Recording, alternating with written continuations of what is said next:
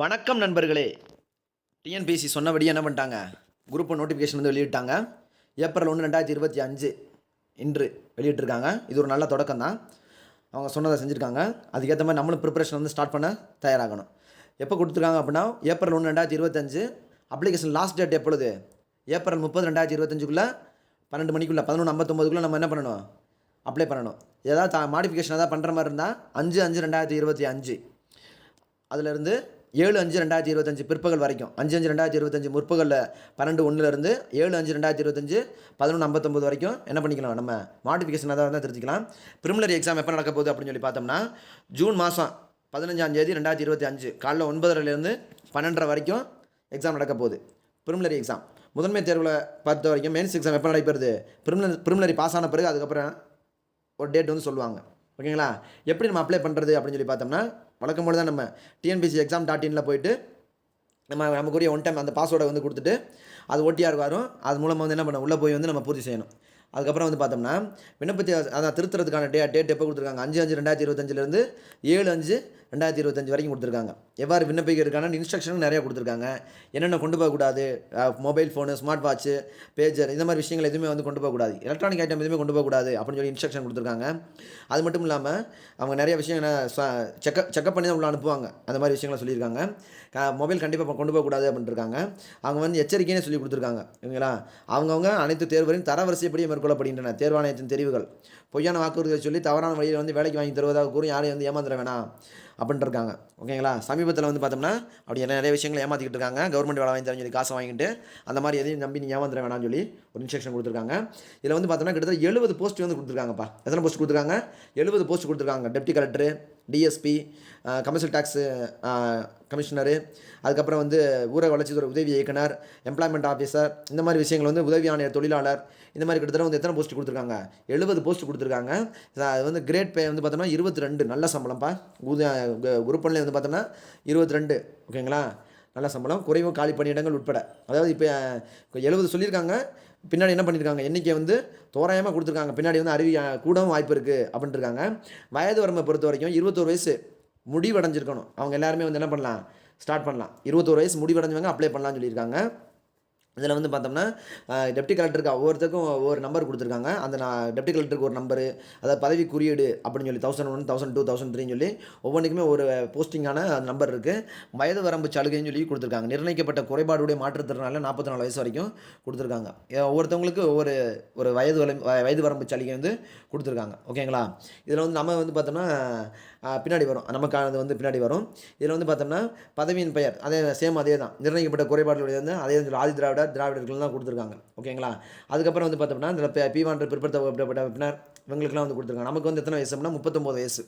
நமக்கு எத்தனை வயசு காமனாக வந்து பார்த்தோம்னா துணை ஆட்சியர், டெப்டி கலெக்டர் இவங்களுக்குலாம் வந்து உச்ச வயது நிறைவடைந்திருக்கக்கூடாதுன்னா 39 வயசு முடிஞ்சிருக்கக்கூடாது, 39 வயசு நடந்துக்கிட்டு இருக்கணும் அப்படின்னு சொல்லியிருக்காங்க. ஓகேங்களா? இது வந்து பார்த்தோம்னா மேலே என்ன சொல்லியிருக்காங்க அப்படின்னா, இது வந்து பார்த்தோம்னா 44 வயசுன்றது யாருக்கு, மிலிட்ரி மேன் இவங்களுக்கு வந்து பார்த்தோம்னா எத்தனை வயசு, 44 வயசு தான் சொல்லியிருக்காங்க. ஓகேங்களா? 44 வயசு அவங்களுக்கு வந்து 44 வயசு வந்து சொல்லியிருக்காங்க. ஓகேங்களா? நிர்ணயிக்கப்பட்ட குறைபாடுடைய மாற்றுத்திறனாளிகள் 44 வயசு, மிலிட்ரி மேன்னா 50 வயசு. ஒவ்வொருத்தவங்களுக்கு ஒவ்வொரு விதமான வயது வரம்புகள் வந்து கரெக்டாக கொடுத்துருக்காங்கப்பா. அதுக்கப்புறம் வந்து ஆதார சான்றுகள், நம்மளோட டேட் ஆஃப் பர்த் சர்டிஃபிகேட் ஏதாவது இருந்த பிறந்த தேதி, இல்லை தமிழ்நாடு இடைநிலை கல்வி வாரியம் நம்மளோட 10th 12th மார்க் ஷீட்டில் வந்து கொடுத்துருப்பாங்க. 10ஆம் வகுப்பு 12ஆம் வகுப்பு மதிப்பு சான்றிதழ். அதில் வந்து பிறந்த தேதி குறிப்பிடாமல் இருந்துச்சுன்னா தேர்வர்கள் அவரது பிறப்பு சான்றிதழ் வந்து மாற்றுச் சான்றிதழ், பட்டப்படிப்பு மதிப்பெண் இதை வச்சு நம்ம வந்து பயன்படுத்திக்கலாம் அப்படி சொல்லியிருக்காங்க. வேறு விதமான ஆதாரமும் ஏற்றுக்கொள்ளக்கூடாது. 12th மார்க் ஷீட்டை வந்து பயன்படுத்துவாங்க பர்த் சர்டிஃபிகேட்டுக்கு. ஏன்னா மற்ற எது விதமாக நாங்கள் இவர் வந்து இந்த தேதியில் பிறந்தாருன்னு சொல்லி மற்ற எந்த சர்டிஃபிகேட்டை நாங்கள் ஏற்றுக்கிற மாட்டோம் அப்படின்ட்டு இருக்காங்க. அதுக்கப்புறம் வந்து பார்த்தோம்னா, வயது வரம்பு சலுகை கோரும் தேர்வர்கள் அத்தகைய உரிமை கோரலுக்கான ஆதார சான்றுகளை தேர்வாணையம் கோரும்போது பதிவேற்றம் செய்ய சமர்ப்பிக்க வேண்டும். வயது வரம்பு அப்படின்றவங்களுக்கு அவங்களுக்கு அதுக்கு சர்டிஃபிகேட் கேட்குறப்ப அவங்க வந்து சப்மிட் பண்ணணும் அப்படின்றாங்க. திருப்பி வந்து என்ன சொல்லியிருக்காங்க அப்படின்னா, கல்வி தகுதி சொல்லியிருக்காங்க. டெப்டி கலெக்டருக்கு என்ன படிச்சிருக்கணும் அப்படின்னு சொல்லி பார்த்தோம்னா டிகிரி முடிச்சிருக்கணும். அது அந்த டிஎஸ்பிக்கும் அதே தான். ஏனைய தகுதிகள் இருப்பின் உடல் திறனுக்கான தேசிய விருது பெற்ற தேர்வருக்கு முன்னுரிமை அளிக்கப்படும். இதை பொறுத்த வரைக்கும் டிகிரி முடிச்சிருக்கணும். எக்ஸ்ட்ரா வந்து ப்ரிஃபரன்ஸ் என்ன கொடுக்குறாங்க, தேசிய விருது ஏதாவது பெற்றுனா அவங்களுக்கு வந்து ப்ரிஃபரன்ஸ் கொடுப்போன்றாங்க. உதவி ஆணையர் அவங்க என்ன படிச்சிருக்கணும் அப்படின்னு சொல்லி பார்த்தோம்னா, அவங்க ஒரு பல்கலைக்கழகத்தால் அறிவிக்க அறிவிக்கப்பட்ட பிற கல்வி நிறுவனங்களில் பட்டம் பெற்றிருக்க வேண்டும். ஏனைய தகுதி வேறு எதுக்கு இப்போ முன்னுரிமை கொடுக்குறாங்க அப்படின்னா பிகாம் பிஎல் படிச்சிருந்தா, அதுக்கப்புறம் வந்து அவங்களுக்குலாம் வந்து என்ன பண்ணியிருக்காங்க, ஃபஸ்ட்டு பிகாம் பிஎல், செகண்ட் வந்து என்ன பண்ணியிருக்காங்க இளங்கலையில் வந்து வணிகவியல் பட்டம் பிகாம், திருப்பி பிஎல், மூன்றாவது வந்து பிகாம் இளங்கலை வணிகவியல் பட்டம் மற்றும் இளங்கலை சட்ட படிப்பில் ஏதேனும் ஒன்றுடன் வரி விதிப்பு சட்டத்தில் பட்டயம் பெற்ற தேர்வர்கள் மூன்றாவது. நான்காவது வந்து பார்த்தோம்னா இளங்கலை வணிகவியல் பட்டம், அதாவது பிகாம் அல்லது இளங்கலை சட்டம் பிஎல் படித்தவங்களுக்கு வந்து பார்த்தோம்னா கமர்ஷியல் டேக்ஸில் வந்து ப்ரிஃபரன்ஸ் கொடுக்குறாங்க. அதுக்கப்புறம் வந்து உதவி இயக்குனர் ஊரக வளர்ச்சித்துறை பிடிஓ பஞ்சாயத்து டெவலப்மெண்ட் ஆஃபீஸில் வந்து பார்த்தோம்னா அவங்க ஒரு டிகிரி படிச்சிருக்கணும். ஏனைய தகுதி எக்ஸ்ட்ரா வந்து என்ன சொல்கிறாங்க அப்படின்னா காந்தி கிராமிய நிறுவனத்தில் ஊரக பணிகளில் முதுகலை பட்டம் படிச்சிருந்தா அவங்களுக்கு ப்ரிஃபரன்ஸ் கொடுக்குறாங்க. காந்தி கிராமிய நிறுவனத்தில் ஊரக பணிகளில் விரிவாக்க வெறியியலில் முதுகலை பட்டம் பெற்றிருந்தால் அவங்களுக்கு முன்னுரிமை கொடுக்குறாங்க. சமூகவியலில் முதுகலை பட்டம் அல்லது பட்டயம் படிச்சிருந்தா என்ன பண்ணியிருக்காங்க, உதவி இயக்குனர் ஊரக வளர்ச்சி படித்தவங்களுக்கு முன்னுரிமை கொடுக்குறாங்க. சமூகவியலில் முதுகலை பட்டம் அல்லது பட்டயம் படிச்சிருக்கணும் அப்படின்றாங்க. அதுக்கப்புறம் எம்ப்ளாய்மெண்ட் ஆஃபீஸரை பொறுத்த வரைக்கும் அவங்க டிகிரி படிச்சிருக்கணும். சமூகவியல், புள்ளியியல், உளவியல் ஆகியவற்றில் பட்டம் பெற்றவர்கள் மற்றும் சமூக அறிவியலில் முதுகலை பட்டம் பெற்றிருக்கவர். சோசியல் சயின்ஸில் வந்து முதுகலை பெற்றவர்கள் அவங்களுக்குலாம் வந்து சொல்லியிருக்காங்க. தொழில்துறை அல்லது பணியாளர் மேலாண்மை அல்லது தொழிலாளர் நலனில் அனுபவம் உள்ளவர்களுக்கு முன்னுரிமை அளிக்கப்படும் அப்படின்னு சொல்லி மாவட்ட வேலைவாய்ப்பு அலுவலருக்கு அதுக்கு ஒரு முன்னுரிமை கொடுத்துருக்காங்க. அதுக்கப்புறம் உதவி ஆணையரை பொறுத்த வரைக்கும் காமனாக வந்து அதுக்கு ஒரு டிகிரியை தான் சொல்லியிருக்காங்க. அதுக்கப்புறம் என்ன சொல்கிறாங்க அப்படின்னா அவங்க ஏனைய சுதந்திர போராட்ட வீரர்கள் அவர்களோட குடும்ப உறுப்பினர்களுக்கு முன்னுரிமை அளிக்கப்படும் அப்படின்னு சொல்லியிருக்காங்க. அது அவங்களோட பேரன் பேத்திக்கு கொடுக்குறா சொல்லியிருக்காங்க. அவங்க தந்தை, தாய், மகன், மகள், பேரன் அல்லது திருமணமாகாத பேத்தியை குறிக்கும். இவங்களுக்குலாம் என்ன சொல்கிறாங்க, லேபர் கமிஷனரில் வந்து பார்த்தோம்னா உதவி ஆணையர் வந்து இது பண்ணியிருக்காங்க. இதுக்கு வந்து ஆதார சான்று என்ன வச்சுருக்கணும் அப்படின்னா 10th 12th degree, MSc, UG தான் படிச்சிருந்த அது சம்மந்தமான சர்டிஃபிகேட்ஸ் ஃபுல்லாமே அவங்க வந்து என்ன பண்ணணும் ஆதாரமாக அதை ஏற்றுக்கிறப்படும் அப்படின்ட்டாங்க. அதுக்கப்புறம் வந்து முதுகலை பட்டம் அறிவிக்கை தேதிக்கு பின்னர் வழங்கப்பட்டிருப்பின் தேர்வில் தங்களது கல்வி தகுதியை அறிவிக்கை தேதி அல்லது அறிவிக்கை தேதிக்கு முன்னர் பெற்றதற்காக ஆதாரமாக ஆவணங்களை, அதாவது தற்காலிக பட்டயம், பட்டய சான்று, ஒருங்கிணைந்த மதிப்பெண் பட்டியல் ஆகியவற்றை பதிவேற்றம் செய்ய சமர்ப்பிக்க வேண்டும். அதுக்கு பின்னாடி தர போகிறாங்க அப்படின்னா முன்கூட்டியே வந்து ஒரு சாம்பிளுக்கு வந்து ஒன்று வாங்கி வந்து அந்த சர்டிஃபிகேட் வந்து அப்லோட் பண்ணணுன்றாங்க. 10th 12th யூஜி இணைய கல்வி தகுதி ப்ளஸ் இளநிலை பட்டம் என்ற வரிசையில் பெற்றிருக்க வேண்டும். அது வந்து பார்த்தீங்கன்னா முறைசார் கல்வியில் படிச்சிருக்கணும். 10th படிச்சிருக்கணும், 12th படிச்சிருக்கணும், அப்புறம் தான் யூஜி படிச்சிருக்கணும். 10th படிச்சு சில பேர் என்ன பண்ணியிருப்பாங்க, டிகிரி படிச்சிருப்பாங்க. சில பேர் 8th படிச்சு டிகிரி படிச்சிருப்பாங்க. அதெல்லாம் செல்லாதுன்ட்டாங்க. 10th படிச்சிருக்கணும், அடுத்து 12th படிச்சிருக்கணும், அடுத்து யூஜி படிச்சிருக்கணும், அடுத்து பிஜி படிச்சிருக்கணும். இதை தான் நாங்கள் எதுக்குறோம்ட்டாங்க. இறுதியாண்டு பட்டப்படிப்பு தேர்வு எழுதிய தேர்வர்கள் முதன்மை தேர்வுக்கான ஆவணங்களை பதிவேற்றம் செய்யும்போது பட்டப்படிப்பு தேர்வில் தேர்ச்சி பெற்றதற்கான சான்றிதழை சமர்ப்பிக்க வேண்டும் என்ற நிபந்தனைக்கு உட்பட்டு முதல்நிலை தேர்வுக்கு விண்ணப்பிக்கலாம். பிரிமினரிக்கு வந்து பார்த்தோம்னா ஃபைனல் இயர் படிக்கிறவங்க என்ன பண்ணலாம், சமர்ப்பிக்கலான்றாங்க. அதே சேம் அதே தான் எம்பிபிஎஸ் படிச்சுக்கிட்டு இருக்கவங்க முதல்நிலை தேர்வுக்கு விண்ணப்பிக்கலாம் அப்படின்னு இருக்காங்க. உள்ளிருப்பு பயிற்சி முடிக்காதவர்களும் இதில் வந்து இது பண்ணிக்கலாம். இறுதி தொழில்முறை மருத்துவ தேர்வில் அவர்கள் தேர்ச்சி பெற்றதாக பல்கலைக்கழகம் நிறுவனத்தின் தகுதி வாய்ந்த அலுவலரிடமிருந்து பெறப்பட்ட சான்றிதழை சமர்ப்பிக்க வேண்டும் என்ற நிபந்தனைக்கு உட்பட்டு அவங்க என்ன பண்ணலாம், பிரிமினரி எக்ஸாமுக்கு இது பண்ணிக்கலாம்ன்றாங்க. ஒரு பதவிக்கு நிர்ணயிக்கப்பட்ட கல்வி தகுதியை விட அதிகமான கல்வி தகுதி பெற்றிருப்பதாக உரிமை கோரும், அதாவது எக்ஸ்ட்ரா வந்து படிச்சிருந்தாங்க அப்படின்னா பதிவேற்றம் செய்ய சமர்ப்பிச்சுக்கலாம் அப்படின்றாங்க. ஓகேங்களா. அதுக்கப்புறம் வந்து பார்த்தோம்னா சேம் அதே தான். கிரேட் பே வந்து 22. இதில் வந்து பார்வை திறனை வந்து பார்த்தா தரம் 3 இருக்கணும். இந்த 4 போஸ்டிங்குமே வந்து டெப்டி கலெக்டருக்கு, கமர்ஷியல் டேக்ஸ் கமிஷனருக்கு, ஊரக வளர்ச்சித்துறை பிடிஓக்கு, மாவட்ட எம்ப்ளாய்மெண்ட் ஆஃபீஸருக்கு, அதுக்கப்புறம் என்னது உதவி ஆணையர் லேபர் கமிஷனருக்கு வந்து சொல்லியிருக்காங்க. அவங்களுக்குலாம் ஐ விஷன் எவ்வளோ இருக்கணும் அப்படின்னு சொல்லியிருக்காங்க. ஆணுக்கு எவ்வளோ இருக்கணும், பெண்ணுக்கு எவ்வளோ இருக்கணும், டெப்டி கமிஷனர். அதுக்கப்புறம் டிஎஸ்பிக்கு வந்து ஹைட் எவ்வளோ இருக்கணும், 165 ஆணுக்குனா, பெண்ணுக்கு 155 இருக்கணும், மார்பு சுற்றளவு 86 இருக்கணும், விரிஞ்ச நிலையில் வந்து 0.5 இருக்கணும். ஓகேங்களா. அதுக்கப்புறம் வந்து முக்கியமானது அப்படின்னா சொல்லி பார்த்தோம்னா இதெல்லாம் அந்த போஸ்டிங்ஸில் வந்து பார்த்தோம்னா குறைபாடு இந்த மாற்றுத்திறனாளிகள் கொடுத்துருக்காங்க. லோ விஷன்ஸ் எவ்வளோ இருக்கணும் அப்படின்னாலே தேர்வு திட்டத்தை பொறுத்த வரைக்கும் பிரிமினரி 3 நிலையில் வந்து தேர்வு நிலை வந்து நடைபெறும். பிரிமினரி எக்ஸாமு, அடுத்து மெயின்ஸ் எக்ஸாமு, அடுத்தது அது நேர்முக தேர்வு, அப்படி 3 நிலையில் நடைபெறுகிறது. ஓகேங்களா.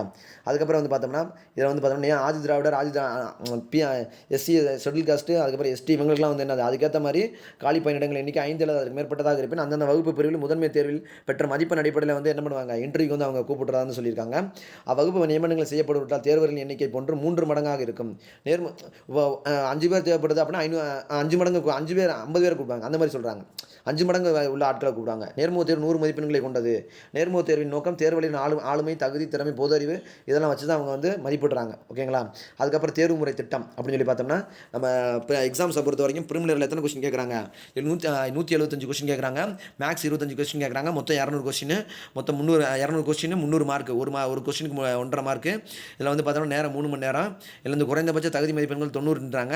ஏனையோர் வந்து 120 எடுக்குன்றாங்க. ஆதி திராவிடர், இந்த மாதிரி பிற்படுத்தப்பட்ட வகுப்பினர், மிகவும் பிற்படுத்தப்பட்ட வகுப்பினர், இந்த மாதிரி அவங்க கொடுத்துருக்கவங்க 90 மதிப்பெண்கள் இருக்கும். ஏனையோர் 120 இருக்கணும். ஓஎம்ஆர் அப்ஜெக்டிவ் டைப்பில் தான் இந்த எக்ஸாம் வந்து நடக்க போகிறது அப்படின்றாங்க. ஓஎம்ஆர்ன்றது ஆப்டிக்கல் மார்க் ரெகக்னேஷன் அப்படின்றாங்க. ஓகேங்களா. இதான் இந்த அடிப்படையில் வந்து என்ன பண்ணுறாங்க, ஸ்டார்ட் பண்ணுறாங்க. முதன்மை தேர்வு பிரிமினரி, அது வந்து மெயின்ஸ் எக்ஸாம் வந்து பார்த்தோம்னா எக்ஸாம் வந்து அதுக்கப்புறம் என்ன பண்ணுறாங்க, மெயின்ஸ் எக்ஸாமு முதன்மை தேர்வு பிரிமினரி பாஸ் ஆனது பிறகு மெயின்ஸ் அடுத்து வந்து அதுக்கேற்ற மாதிரி டேட் அறிவிச்சு இது பண்ணுவாங்க. ஒவ்வொன்றுக்கு 250 மார்க்கு. மொத்தம் வந்து 4 பேப்பரு. அதை வந்து பார்த்தோம்னா ஒரு பேப்பருக்கு வந்து பார்த்தோம்னா அதிகபட்சம் வந்து 100 மதிப்பெண்கள், 250 மதிப்பெண்கள் அந்த மாதிரி கால்குலேட் பண்ணிவிட்டு அதுக்கப்புறம் என்ன பண்ணுறாங்க, இது பண்ணுறாங்க. ஓகேங்களா? அதுக்கப்புறம் முதுநிலை மற்றும் முதன்மை தேர்வுக்கான பொது அறிவு குறித்த பொது அறிவு குறித்த தேர்வின் தாள் 2 மற்றும் தாள் 2 3 தாள் 4விற்கான விடைத்தாள்கள் மதிப்பீடு செய்யப்படும். எல்லாத்தையும் மொத்தமாக கூட்டி தான் எவ்வளோ இது பண்ணியிருக்காங்க. அதுக்கப்புறம் பணி நியமன இடஒதுக்கீடு. இவங்க இடஒதுக்கீடு முறையை நம்ம இப்போ இருந்து ஃபாலோ பண்ணிக்கிட்டு இருக்கோம். அதுக்கப்புறம் அதுக்கேற்ற மாதிரி இது பண்ணுறதா சொல்கிறாங்க. காலி பணியிடங்கள் எவ்வளோ இருக்கோ அதுக்கேற்ற மாதிரி என்ன சொல்கிறாங்க, இடஒதுக்கீடு பண்ணுவாங்க. தேர்வாணையத்துடன் தகவல் தொடர்புக்கான ஒரு நம்பர் கொடுத்துருக்காங்க. அந்த நம்பர் 1800 419 0958. இந்த மாதிரி சந்தேகம்னா அவங்ககிட்ட நம்ம ஃபோன் பண்ணி கேட்டுக்கலாம். தேர்வர்கள் வந்து தேர்வின் பெயர், அறிவிக்கை எண், ஆண்டு, பதிவு எண் இந்த மாதிரி விஷயங்களை வந்து மின்னஞ்சல் பெறப்படும் தொடர்புகள் கவனிக்கப்பட மாட்டாதுன்றாங்க. தேர்வுகள் பின்வரும் விவரங்களுடன் தேர்வாணையத்தை தொடர்பு கொள்ள வேண்டும். அவ்விவரங்கள் இல்லாமல் பெறப்படும் தொடர்புகள் கவனிக்கப்பட மாட்டாது. அவங்க வந்து இப்போ வந்து இமெயில் நீங்கள் போடுறீங்க அப்படின்னா அந்த அறிவிக்கை எண் ஃபஸ்ட் இடத்துல சொன்னாங்களா, அந்த அறிவிக்கை எண், பதிவு எண் இதெல்லாம் வச்சு தான் வந்து நீங்கள் கேள்வி கேட்கணும். ஸோ மொட்டக்கணிக்க நம்ம கேட்டோம்னா அவங்களுக்கு புரியாது அப்படின்றாங்க. வயது வரம்பு அல்லது பிற தொகுதிகளுக்கு விலக்களிக்க கோரி கடிதங்கள் கவனிக்கப்பட மாட்டாது. எங்களுக்கு வயது வரம்பு 40 ஆகி போச்சு, எங்களுக்கு எக்ஸப்ஷன் கொடுங்க, அதெல்லாம் கிடையாது. வழக்கு பொறுத்த வரைக்கும் உயர்நீதிமன்றத்தில் சென்னை உயர்நீதிமன்றத்தில் மதுரை கிளை எதிரும் வழக்கு நிலுவையில் இருப்பின் அவற்றின் மீதான இறுதி ஆணைக்கு அப்புறம் தான் அவங்க வந்து தற்காலிகமானதாகன்றாங்க. அது சம்மந்தமான போஸ்டிங்ஸ்னு போடுறதுக்கு முன்னாடி டெம்பரரியாக தான் அவங்க இது பண்ணியிருப்பாங்க அப்படின்றாங்க. அதுக்கு வந்து எப்படி அப்ளை பண்ணுறோம் அப்படின்னா tnbc.exam.in தான் வந்து நம்ம அப்ளை பண்ணுறோம். முக்கியமாக நம்ம ஃபோட்டோ எவ்வளோ இருக்கணும், ஸ்கேன் செஞ்சுக்கிறணும், 20 கேபிலேருந்து 50 கேபி அளவில் இருக்கணும். அது வந்து 20 கேபிலேருந்து 10 கேபிலேருந்து 20 கேபி அளவில் வந்து சிக்னேச்சர் இருக்கணும். இந்த பென்ட்ரைவ் வச்சு நம்ம இது பண்ணிக்கிறணும். இப்போ பென்ட்ரைவ் தான் வந்துருச்சு, ஆன்லைனில் தான் இது பண்ணணும். 3 நாளைக்குள்ளே ஏதாவது இருந்தால் நம்ம மாற்றிக்கிறணும் அப்படின்னு இருக்காங்க. ஓகேங்களா? ஒரு முறை பதிவு செய்யப்பட்ட பின் அளிக்கப்பட வேண்டிய தகவல்கள் வந்து தேர்வில் இணையவில் பதிவு செய்யும் பொழுது 10ஆம் வகுப்பு அந்த மாதிரி விஷயங்கள் நம்ம யூஜி பிஜி எல்லாமே வந்து இது ஒன் டைம் ரிஜிஸ்ட்ரேஷன் நம்ம பண்ணியிருக்கோம்ல, அதே சேம் அதை தான் சொல்லியிருக்காங்க. ஃபோட்டோ வந்து பதிவேற்றம் பண்ணி புகைப்படங்களுடன் ஒரு முறை பதிவில் தங்களுக்கு பதிவேற்றம் செய்யப்பட்ட பிறகு கூடுதலாக தேவைப்படும் விவரங்களை பதிய வேண்டும். தேர்வர் ஒரு முறை பதிவேற்றம் செய்யப்பட்ட விவரங்கள் ஏதேனும் தவறாக இருப்பின் ஓடிஆர் எடிட் என்ற விருப்ப தேர்வின் மூலம் திருத்தங்கள் மேற்கலாம். ஓடிஆர் எடிட்னு சொல்லி போட்டு நம்ம என்ன பண்ணிக்கலாம், திருத்தம் பண்ணிக்கலாம். அந்த ஃபோட்டோட சைஸை கவனமாக பார்த்துக்கணும், எவ்வளோ பிக்சல் இருக்கணும், அந்த 4.5 சென்டிமீட்டருக்குள்ளே தான் அதை ஃபிக்ஸ் பண்ணி இது பண்ணணும்னு சொல்லியிருக்காங்க. டிஜிட்டல் அளவில் இருக்கணும். இந்த மாதிரி விஷயங்கள் நிறைய சொல்லியிருக்காங்க. தேர்வு மையங்கள், முதுநிலை தேர்வுகள் எங்கெங்கே எக்ஸாம் சென்டர் எங்கெங்கே போட்டிருக்கோம் அப்படின்றாங்க, அந்தந்த மாவட்டத்துக்கு ஏற்ற மாதிரி. அதுக்கப்புறம் தேர்வு கட்டணம் வந்து ஆல்ரெடி இருக்கிறவங்களுக்கு வந்து முதல்நிலை தேர்விற்கு தேர்வு கட்டணமாக 100 ரூபா அப்படின்ட்டுருக்காங்க. முதன்மை தேர்வு எழுத்திய தேர்வாக கட்டணமாக 200 ரூபா அப்படின்ட்டுருக்காங்க. ஓகேங்களா? தேர்வு கட்டணம் சலுகை கோராத தேர்வர்களுக்கு 100 ரூபாயும், மெயின்ஸ் எழுத போகிறப்ப 200 ரூபாயும் நம்ம இது பண்ணணும் அப்படின்ட்டுருக்காங்க. இது வந்து எக்ஸப்ஷன் விஷயங்கள் அமௌண்ட்டுக்காக இது பண்ணியிருக்காங்க. ஓகேங்களா? தேர்வு கட்டண விலக்கு தொடர்பான இலவச சலுகை பெறுவதற்கு இல்லைன்னு சொல்லி அது விருப்ப சலுகை கொடுக்கணும். அதை வந்து கண்டிப்பாக வந்து மென்ஷன் பண்ணிடணும். அப்போ தான் வந்து என்ன பண்ண முடியும், திருத்தம் செய்யவோ இல்லாது தேர்வுகளின் தன்மை பெறுத்தின அப்ளிகேஷன் ஹிஸ்டரியை தோன்றும் தகவலை பொருட்படுத்தாமல் தேர்வு கட்டண சலுகை இதுவரை எத்தனை முறை பயன்படுத்தப்பட்டுள்ளது என்பதை தங்கள் சொந்த நலன் கருதி கணக்கிட்டு வைத்துக் கொள்ளுமாறு அறிவுறுத்தப்படுகிறார். அவங்க போது எத்தனை கட்டியிருக்காம கட்டலாம் அவங்களே வந்து செல்ஃப் அனலைஸ் பண்ணி தான் இது பண்ண சொல்லியிருக்காங்க. ஓகேங்களா? அதுக்கப்புறம் என்ன சொல்லியிருக்காங்க, அப்புறம் இணைய வழியில் வந்து விண்ணப்பத்தில் திருத்தம் அதுக்கு ஒரு டேட்டு கொடுத்துருக்காங்க. அதில் போய் எடிட் ஆப்ஷன் கொடுத்து நம்ம வந்து என்ன பண்ணிக்கலாம், திருத்தம் பண்ணிக்கலாம் அப்படின்றாங்க. விண்ணப்பத்தால் வந்து திருத்தம் பண்ணுறப்ப அப்ளிகேஷன் கரெக்ஷன் விண்டோ அப்படின்னு சொல்லி ஒன்று ஓப்பன் பண்ணிச்சு. அது மூலம் வந்து நம்ம என்ன பண்ணிக்கலாம், இறுதியாக நம்ம என்ன கொடுத்துருக்கோம் அதை சப்மிட் பண்ணுறதுக்கு முன்னாடி நம்ம ஒரு 1-2 தடவை வந்து நம்ம நல்லா கவனமாக அதை பார்த்துக்கிறணும் அப்படின்னு இருக்காங்க. அது வந்து திருத்தம் பண்ணுறதுக்கான டைம் கொடுத்து அது அப்பையும் தப்பு பண்ணிடக்கூடாது அப்படின்ற ஆவணங்கள் எல்லாத்தையுமே கரெக்டாக இருக்கான்னு சொல்லி பார்த்துக்கிறணும். அவங்க மேலே கிரிமினல் கேஸ் எதுவும் இருக்கக்கூடாது, அந்த மாதிரி விஷயங்கள். அதுக்கப்புறம் வந்து பணி விவரங்கள் இணையவழி விரிவிக்க பதிகிறப்ப உள்ளாட்சி அமைப்பால் பல்கலைக்கழகங்கள் அந்த கவர்மெண்ட்டால் அங்கீகரிக்கப்பட்ட சர்டிஃபிகேட் அந்த மாதிரி விவரத்தெல்லாம் வந்து தேர்வாணையத்துக்கு நம்ம சப்மிட் பண்ணணும். ஆல்ரெடி ஒர்க்கிங் பர்சனாக இருந்தாங்கன்னா தடையின்மை சான்றிதழ் வந்து வாங்கணும்.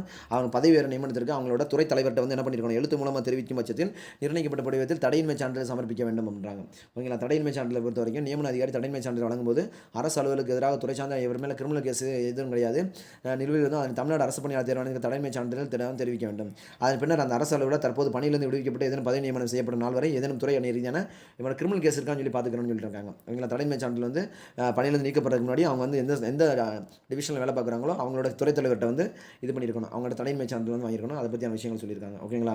அதுக்கப்புறம் முன்னாள் ராணுவத்தினருக்கு எக்ஸப்ஷன் சொல்லியிருக்காங்க. அவங்களுக்கு வந்து தேர்வுக்கு 2 முறை வந்து அவங்க இது பண்ணிக்கலாம். நியமன ஒதுக்கீடை பொறுத்த வரைக்கும் காலி பணியிடங்களில் முன்னாள் ராணுவத்தினருக்கு எக்ஸ் மிலிட்ரிமேனுக்கு இடஒதுக்கீடு நியமன தேர்விற்கு பொருந்தாது அப்படின்ட்டுருக்காங்க. ஓகேங்களா? நியமன ஒதுக்கீடை பொறுத்த வரைக்கும் காலி பணியிடங்களில் முன்னாள் ராணுவத்தினருக்கு இடஒதுக்கீடு எக்ஸ் சர்வீஸ்மேனுக்கு வந்து இது வந்து பொருந்தாது அப்படின்னு சொல்லியிருக்காங்க. இது வந்து ராணுவத்தினருக்கு வந்து முக்கியமான விஷயங்கள் வந்து கொடுத்துருக்காங்க. ஓகேங்களா? இது வந்து உங்களுக்கு பயனுள்ள வகையில் இருக்கும். இது வந்து திரும்ப நீங்கள் 1-2 தடவை போட்டு கூட கேட்டு பாருங்கள். நோட்டிஃபிகேஷன் 1-2 தடவை பொறுமையாக வாசிச்சு பாருங்கள்.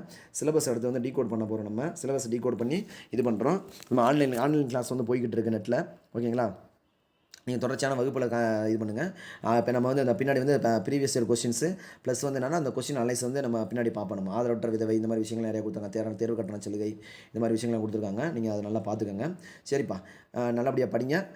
நம்ம அடுத்த கிளாஸில் சந்திப்போம். ஓகேங்களா? நம்ம சிலபஸ் வந்து பின்னாடி பார்ப்போம் நம்ம. நன்றி, வணக்கம். ஓகேங்களா?